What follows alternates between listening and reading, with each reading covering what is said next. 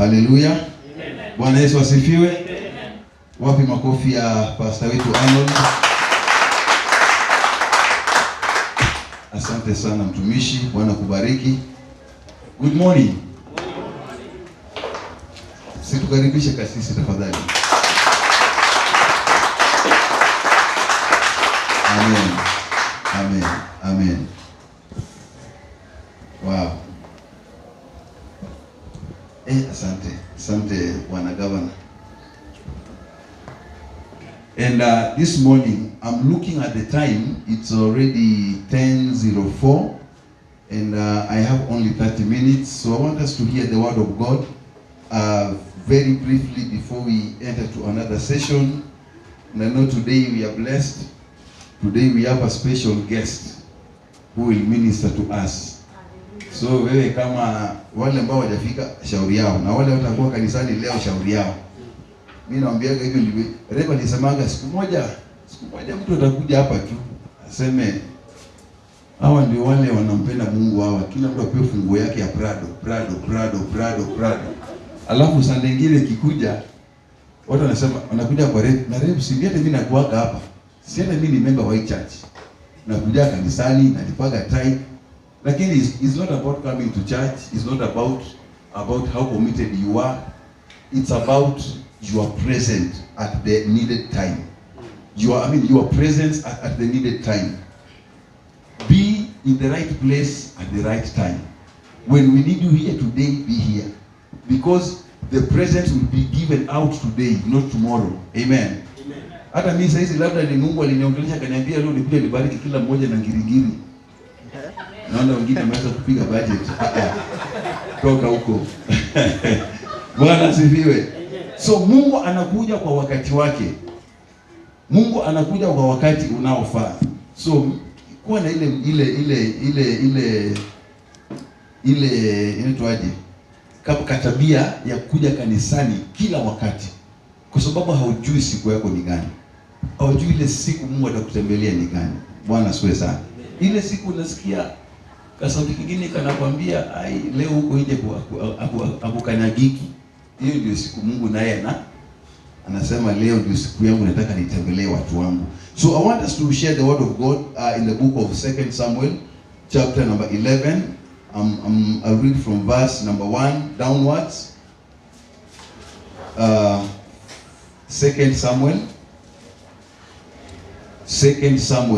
Samuel. Ukiwa pale sema amen. Kama bado unatafuta sema amen. Aya, naona ni wachache ambao bado unatafuta. This is a very, very interesting story and it would really help us to go back to our Lord. It will also help us to understand the areas that we have wronged our God, and we go back to Him and we repent, because God loves those people who are submissive to Him, those people who are willing and ready to submit, to accept their mistake and go back to Him with a humble heart. Amen. And this morning I want us to read this message. As I was reading or preparing this message, I was really blessed, and also I was meant to understand that no matter what kind of sin you might have made before God, but once you humble yourself before God and you cry before Him, you repent those sins before God, He is faithful and just to forgive all our sins. Amen. Because He is not like a man. You know, somebody will carry you for years and years because of the mistake you did 10 years ago. Atakuwa anasema, ai, huyo hata usimtaje. Huyo kuna wakati alinitenda, kuna wakati alinifanyia. But our God is a different God. He is a God of forgiveness. Amen. So the Bible says in in verse number 1. Let me read. Sitasoma yote, lakini you'll read the entire chapter because of time. The Bible says, in the spring at the time when kings go off to war, David sent Joab out with kings, men, and the whole army, the whole Israelite army. They destroyed the Ammonites and besieged Rabbah, but David remained in Jerusalem. Karibu sana mami. We are reading 2 Samuel chapter number 11 from verse 1. Verse 2 says, one evening, David got up from his bed and walked around on the roof of the palace. From the roof he saw a woman bathing. The woman was very beautiful. And David sent someone to find out about her. The man said, isn't this Bathsheba, the daughter of Eliam, and the wife of Uriah the Hittite? Then David sent messenger to get her. She came to him, and he slept with her. She had purified herself from her uncleanness. Then she went back home. The woman conceived and sent word to David, saying, I am pregnant. So David sent his word to Joab, send me Uriah the Hittite. And Joab sent him to David. When Uriah came to him, David asked him how Joab was, how the soldiers were, and how the war was going. Then David said to Uriah, go down to your house and wash your feet. So Uriah left the palace, and a gift from the king was sent after him. But Uriah slept at the entrance to the palace with all his master's servants and did not go down to his house. When David was told Uriah did not go home, he asked him, haven't you just come from a distance? Why don't you go home? Uriah said to David, the ark and Israel and Judah are staying in tents, and my master Joab and the Lord's men are camped in the open fields. How will I go to my house to eat and drink and lie with my wife? As surely as you live, I will not do such a thing. Then David said to him, stay here one more day, and tomorrow I will send you back. I'll send you back. So Uriah remained in Jerusalem that day and the next. So verse 13, at David's invitation, he ate and drank with him, and David made him drunk. But in the evening, Uriah went out to sleep on his mat among his master's servants. He did not go home. In the morning, David wrote a letter to Joab and sent it with Uriah. In it, he wrote, put Uriah in front line where the fighting is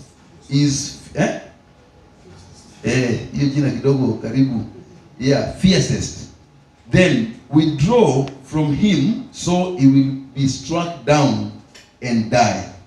So while Joab had, let me jump to verse number, 16. So while Joab in the city under siege, he put Uriah at a place where he knew the strongest defenders were. When the men of the city came out and fought against Joab, some of the men in David's army fell. Moreover, Uriah the Hittite died. Father, we thank you for this one. You are here this morning, ready to hear from you, King of Kings. We pray that you may speak to all of us, King of Glory.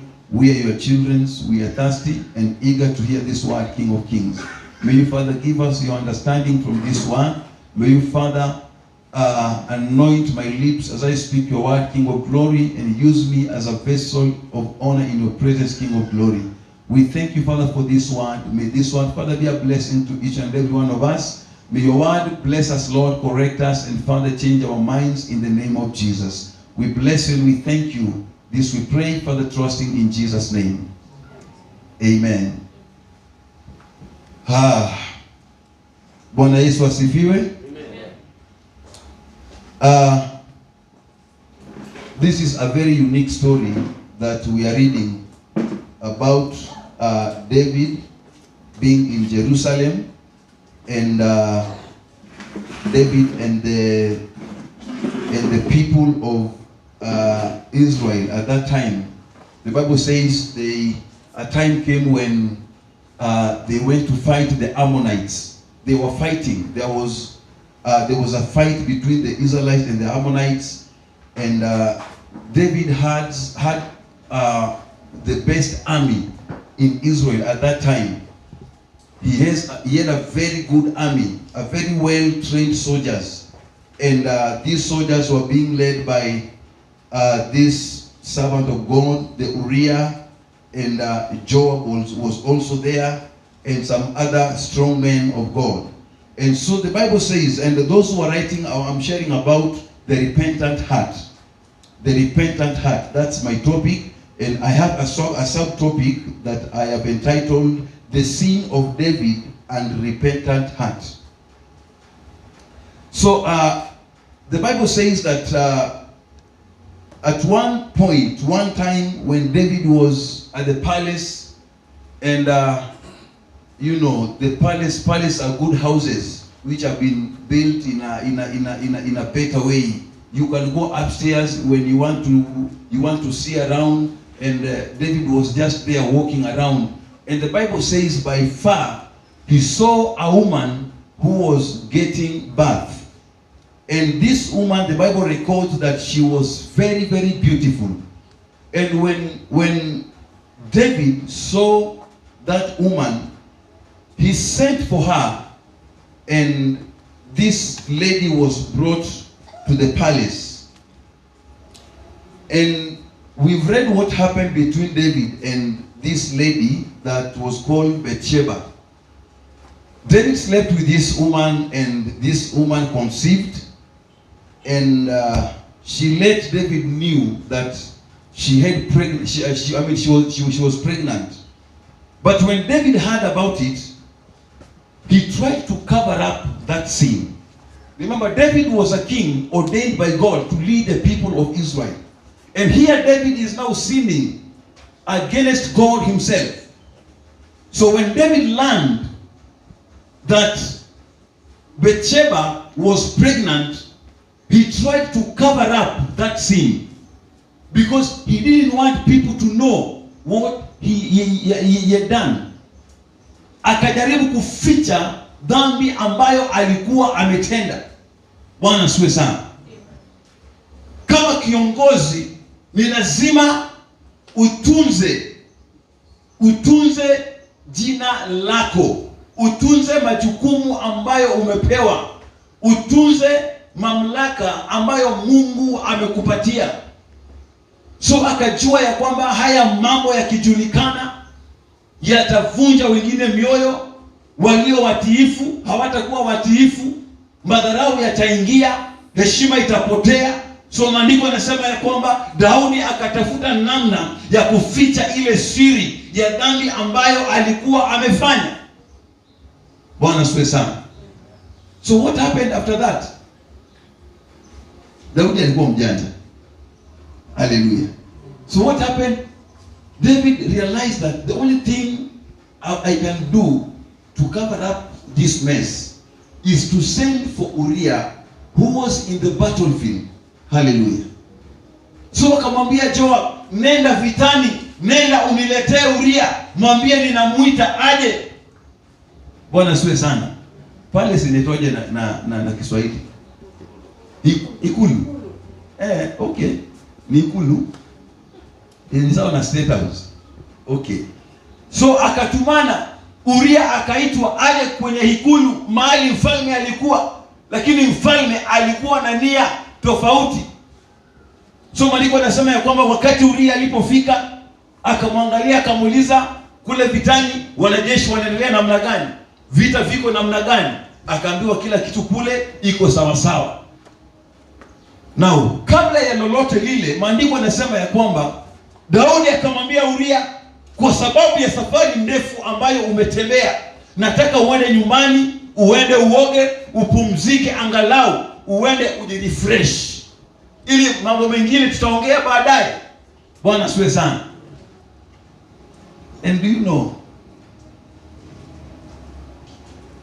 I thank God majority of those who are here are married people. So wacha niongee haya. Daudi alijua vizuri ya kwamba Uria atakapofika nyumbani atampata mke wake, na kwa sababu ya hiyo muda ya kuwa pale vitani, kwa sababu ya hiyo muda ya kutokutana, alijua ya kwamba wangekutana, wangelala pamoja. Bwana asiwe sana. Ili aweze kufunika ule uchi, ile siri, isemekane ya kwamba kwa sababu alikuja akalala na mke wake, ndiposa mke wake Bathsheba amefanya nini? Amepata mimba. Bwana asiwe sana. Lakini wakati wa Mungu ukifika huwezi epuka. Hallelujah. Mungu akiamua kukuexpose, you cannot run away from the eyes of God. You will try all tricks. You will try all your tricks, but you will never succeed. So the Bible says Uriah went out, and instead of going to his place, the Bible says he spent the night with other servants of David. Akalala pale mlangoni akiwa na wafanyikazi wale wengine. Wale masoja walikuwa wanachunga gate, akamwambia leo tunachunga mfalme pamoja. Akaenda pale kwa gate na yeye akakaa na wakaanza story. So David had a story. Akaambiwa, you know what? Uriah never went, he never went home. He slept here. He spent the night with your servants. And so he was like, kwa nini Daudi ajaenda Uriah ajaenda nyumbani?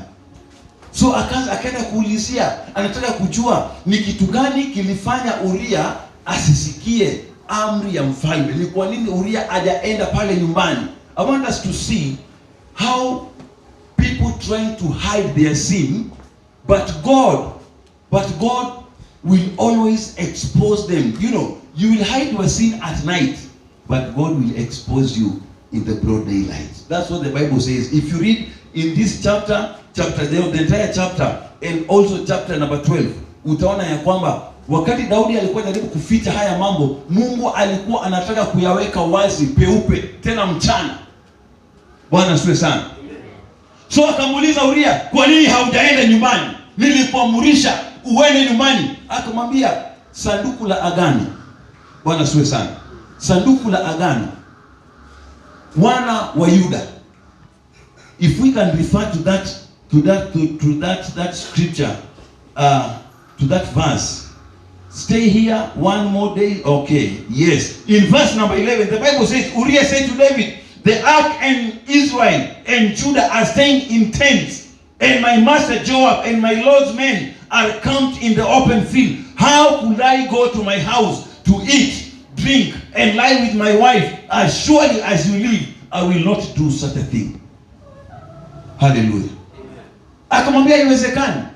Siwezi enda kujipatia raha na mke wangu. Siwezi enda kula chakula vizuri vinono, ile hali sanduku la agano liko kwenye hema. Wana wa Israeli wako vitani kule. Mtumishi wako Joab anapigana vita, wanaumia kule. Hakuna jinsi ambavyo ningeweza kuwa na amani katika nyumba yangu wakati ninaona mambo yanaharibika. Hallelujah. Nataka sasa uingie katika hiyo kiatu ya Daudi.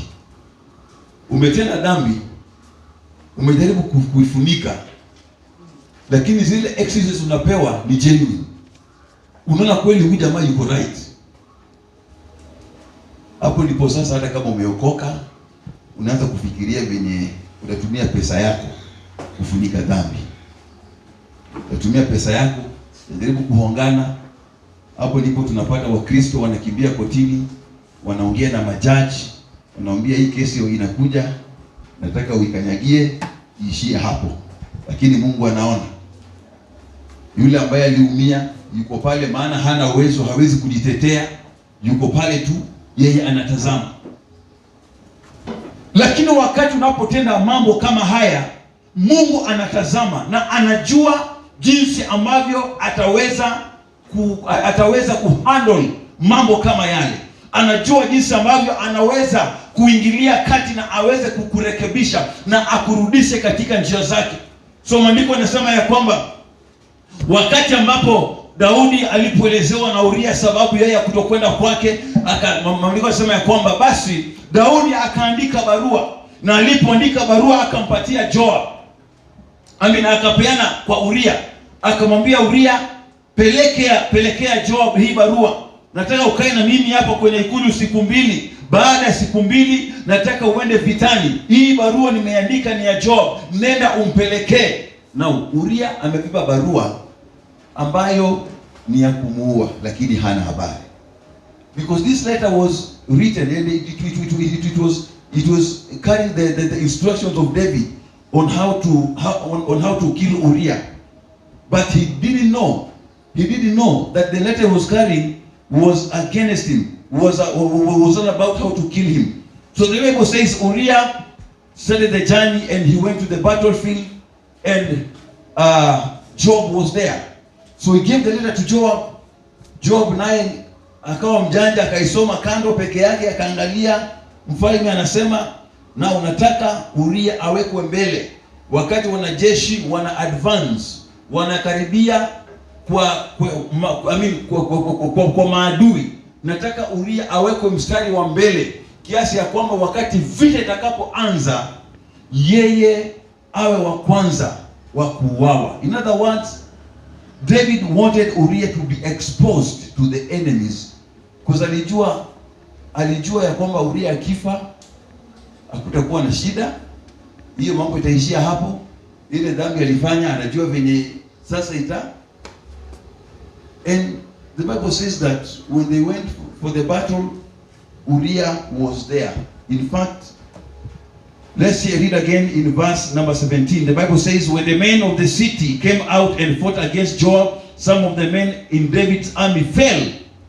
Moreover, Uriah the Hittite died. You know, according to David, he thought, now that's the end of the road. Mke wa Uriah yuko na mimba.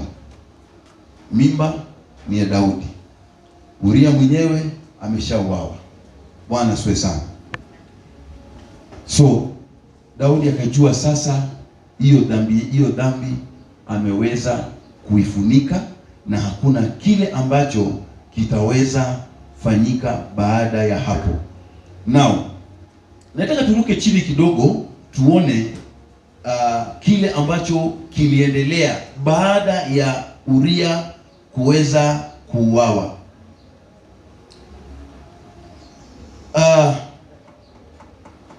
When David came to terms of what Uriah did, he questioned him. Uriah answered, the ark of the Lord of Israel and Judah abide in tents, and Joab and the servants are camping in the open field. So David requested Uriah to spend 2 days with him before going back. So the Bible says David set Uriah up in the battlefield through Joab, and Uriah was killed. That is verse number 17. Now, many things happened after the death of Uriah. I want us to jump down very fast to verse number 24.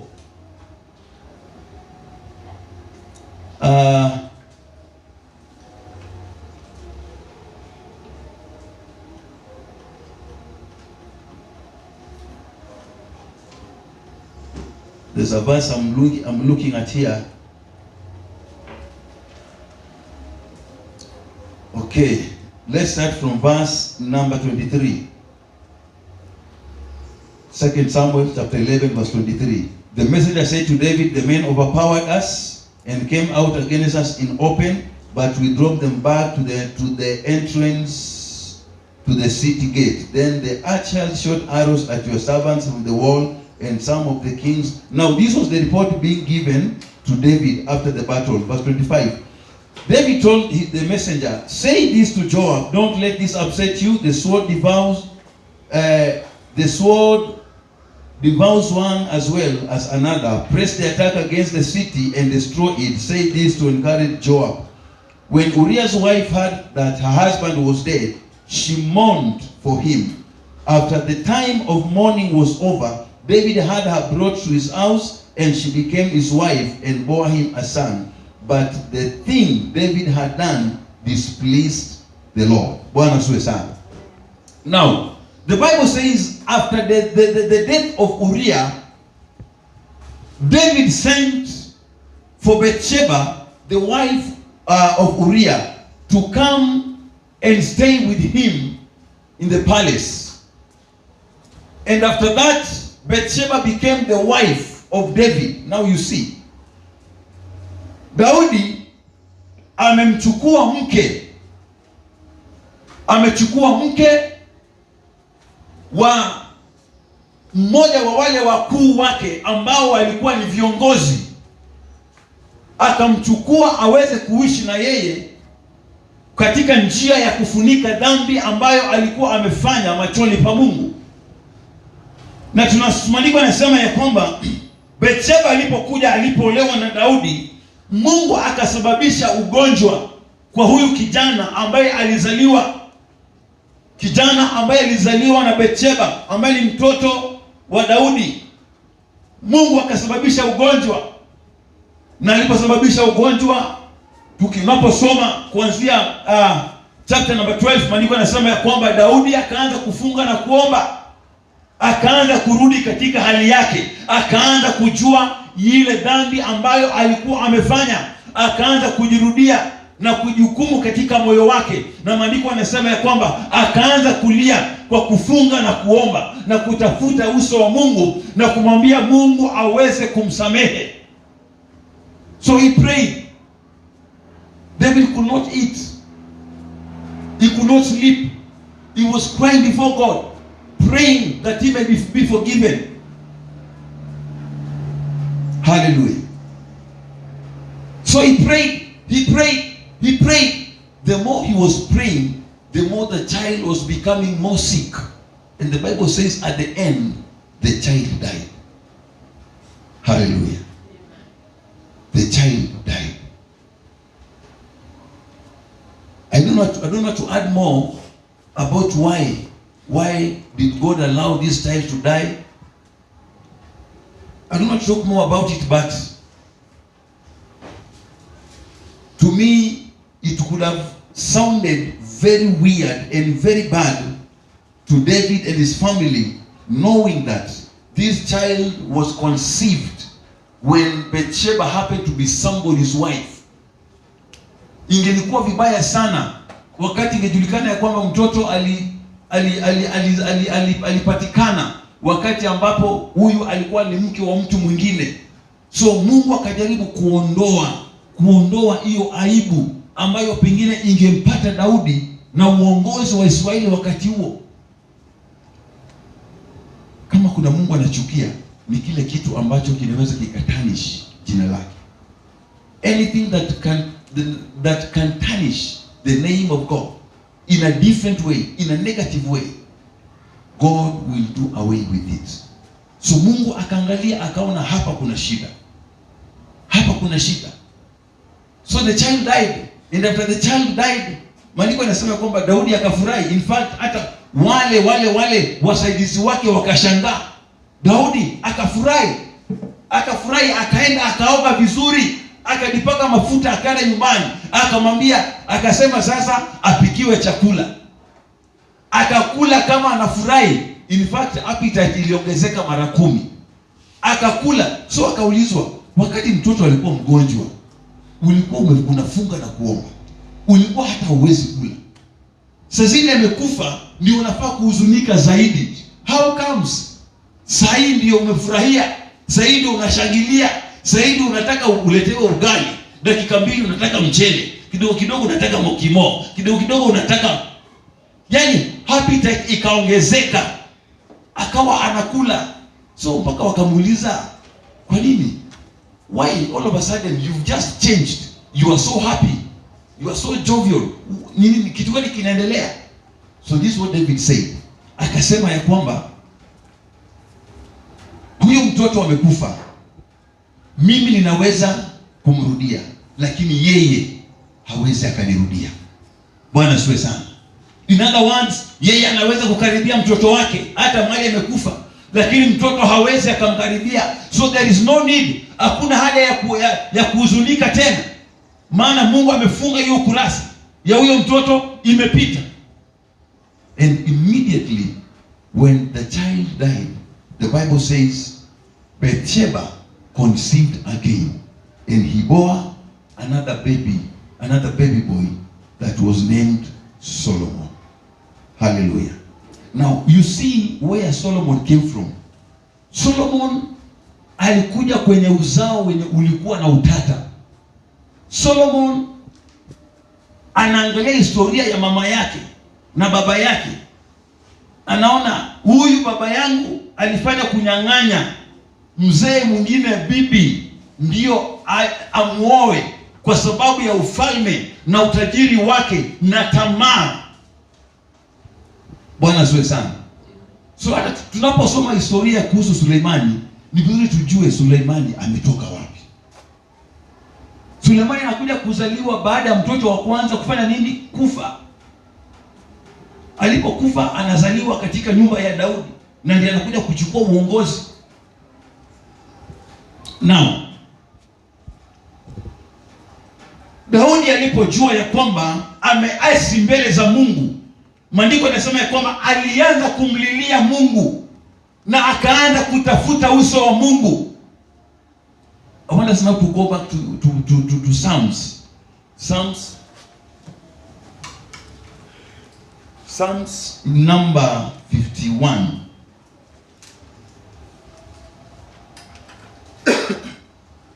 And I want you to see how David cried before God. Immediately when he realized that he is a sinner, he had sinned against God, he had sinned against the community, against the family of Uriah. He felt that guilty and he went before the Lord and decided to cry. Akaanza kumlilia Bwana. Psalms chapter number 51 verse number 1, the Bible says, nisome kwa NIV ndio inaeleweka vizuri. Now Psalms 51 verse number 1. Now David goes before the Lord and he tells the Lord, verse 1, have mercy on me, O God, according to your unfailing love, according to your great compassion, blot out my transgressions. Wash away all my iniquity and cleanse me from my sin. Hallelujah. That's the repentant heart. A heart that is willing to repent. That's the heart that is willing to go back before the Lord and repent and cry and tell God that, God, I know that I have sinned against you. I know that I have sinned against men. But here I am before your presence. I need your forgiveness. A heart that is willing to repent. A heart that is willing to bow before the Lord and cry. You know, he realized that he was a sinner. And he cried before the Lord. If you read the entire chapter number 51, David is crying before the Lord. Anafungua moyo wake, anamwaga moyo wake mbele za Mungu, anatazama chukizo ambazo ametenda mbele za Mungu, anafungua moyo wake, anamwambia Bwana, sistahili, nataka unioshe dhambi zangu. Ana sistahili kusimama hata mbele zako, mimi nimetenda dhambi, ninakuhitaji. Bwana asifiwe sana. Verse number 3, the Bible says, for I know my transgressions and my sin is always before me. My sins are always before me. Kila mahali alikuwa anatembea anaona Uria. Kila mahali alikuwa anatembea anaona mtoto ambaye alikufa. Kila mahali alikuwa anatembea alikuwa amezungukwa na dhambi. Anamwambia Bwana ya kwamba niondolee haya yote. Bwana asifiwe sana. Anamwambia, I know my transgressions and my sins are always before me. When you walk around and you remember those things that you did several years back, those things, they begin to speak to you. They speak to you. They remind you about the sins you did, about somebody that you had wronged. You are, do you know, dhambi saa zingine inaongea, inakuongeleshaga. inakuja kwa mind yako, inaweza kukwambia mama, nakumbuka kuna mtu uliendeka na dini yake, huyu mtu alikuwa anateseka, huyu mtu sahi. Then unaanza kufeel hiyo guilty. Unasema eneo huyo mtu nilio na pesa yake. Lakini Mungu anataka wakati yani Mungu anataka moyo ambao umevunjika. Moyo ambao unataka kwenda mbele zake. Despite of what David did, the Bible says he was forgiven. Hallelujah. He was forgiven. And let me tell you, here in Kenya today, not only in Kenya, but in Africa, in the entire world, the biggest sin yenye watu wanajua, wacha ile ya kuua. Wewe uende upate mke wako, upate mtu fulani anatembea na mke wako, na ujue ni huyu. Another pastor told me that, pastor, when it comes to that, ninachukua wokovu kwanza naiweka hapa. Hii sasa hii haitaki wokovu. Hii nataka lazima nitoe hiyo shetani ndani ya huyo jamaa. So anasema mutalimana, mutatuangana mpaka mecho hiyo pepo imetoka. Ndio arudi ambie Mungu, nirudishie wokovu wangu. And a man is willing to die to protect his wife. That one I tell you for sure. Hata kama tuko marafiki, guza anti hapa sasa hivi uone. Ukimguza tu namna hii ndio umepita na yeye kwa njia mbaya. Because that's what we were created for, to protect our families. Hallelujah. Na hata mimi kuja usimame mbele yangu kufanya hivi aone. Utasikia maswali inaanza. Kwa nini alikuwa na kachoko mbele zako? Alikuwa na nini alikuwa anajaribu kushow? So atakuja kwambie, nilikuwa nafanya hiyo. Usirudie tena. Hallelujah. Dixon, sasa hiyo pikiwe simu uambiwe kuna jamaa ametaka mke wako. Unangojea ibada iishe. Haitaisha. Na ukimpata unapita na yeye. Mungu hiyo mtaongea na Mungu baadaye. Bwana asiwe sana. So that was the greatest sin that David did, by sleeping with somebody's wife. And isitoshe ana plan mpaka hata anamuua. Hii ya Daudi ilikuwa sio too much, ilikuwa very much. Sleeping with somebody's wife and then you kill that person to marry his wife. Alafu mtoto wakati anakufa unaanza leteni ugali, leteni mchele, leteni matoke. Sasa hiyo ndio umefurahia kabisa. But the Bible says the moment he realized his sins, he went before the Lord and he cried. He told the Lord that my sins are always before me. Every place I go, nikienda Gikomba naona dhambi ile nilifanya huko.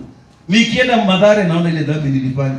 Nikikuja Kangemi nakumbuka ile dhambi nilifanya. So akamwambia Mungu ya kwamba my sins are always before me. God, remove all my transgressions and wash me with your blood.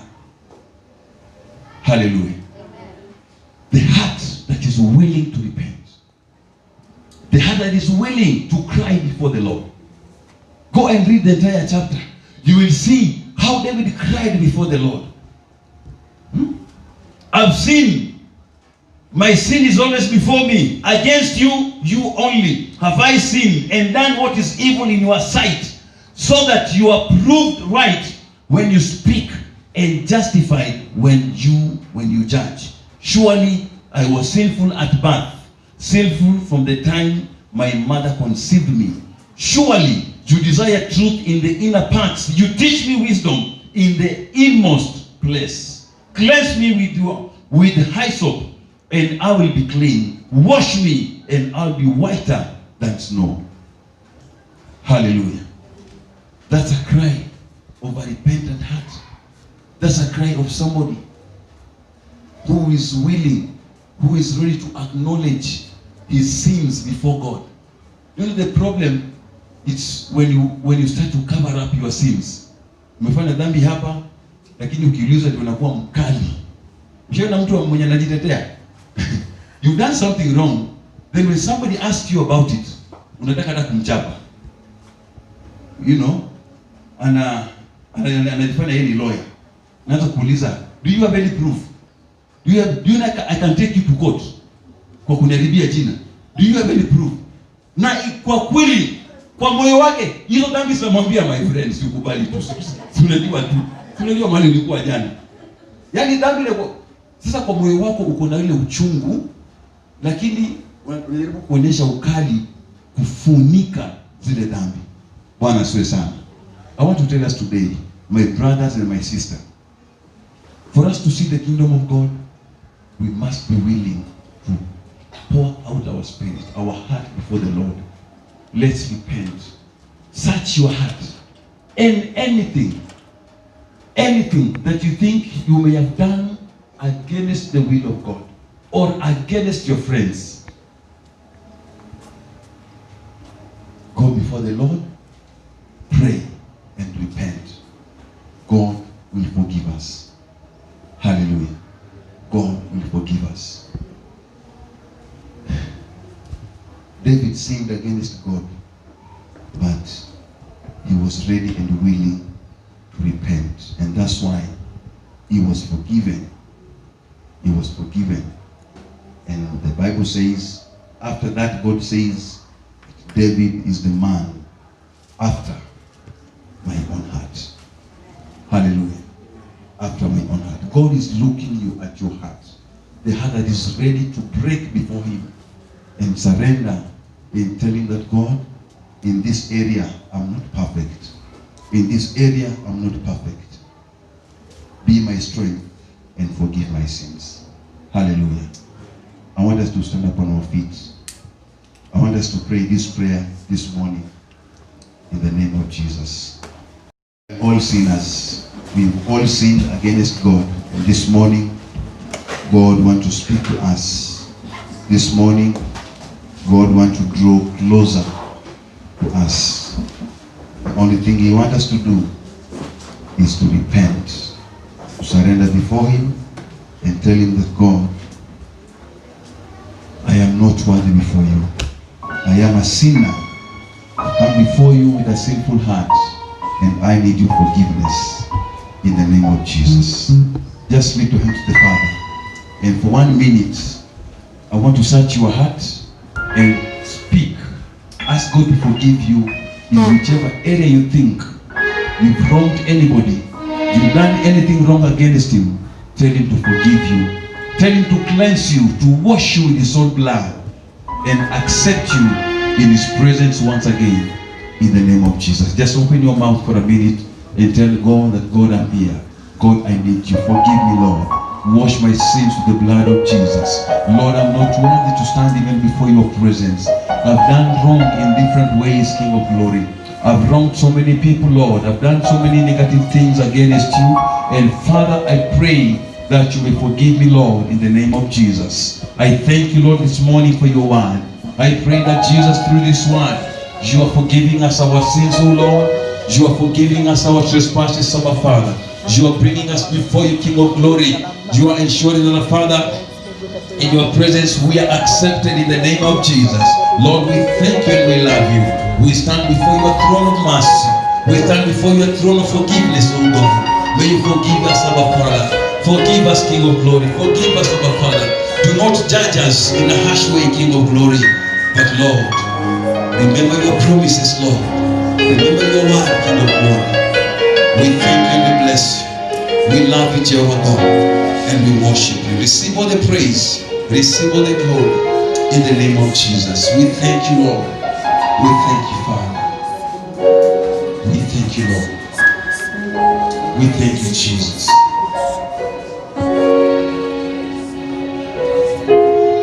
We thank you, Jesus. Hallelujah. Glorify your name in a way that you alone will sing. Oh, the glory. Oh, we glorify your name in a way that you alone will sing. Oh, the glory. So Lord, we glorify your name in a way that you alone will sing. Oh, the glory.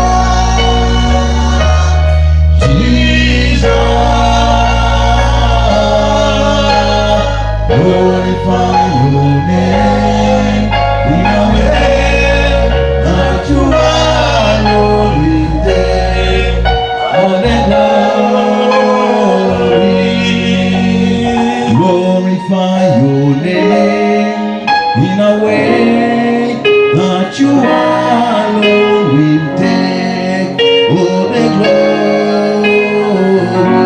Glorify your name, glorify your name in a way that you alone will take all the glory. Oh, call His name.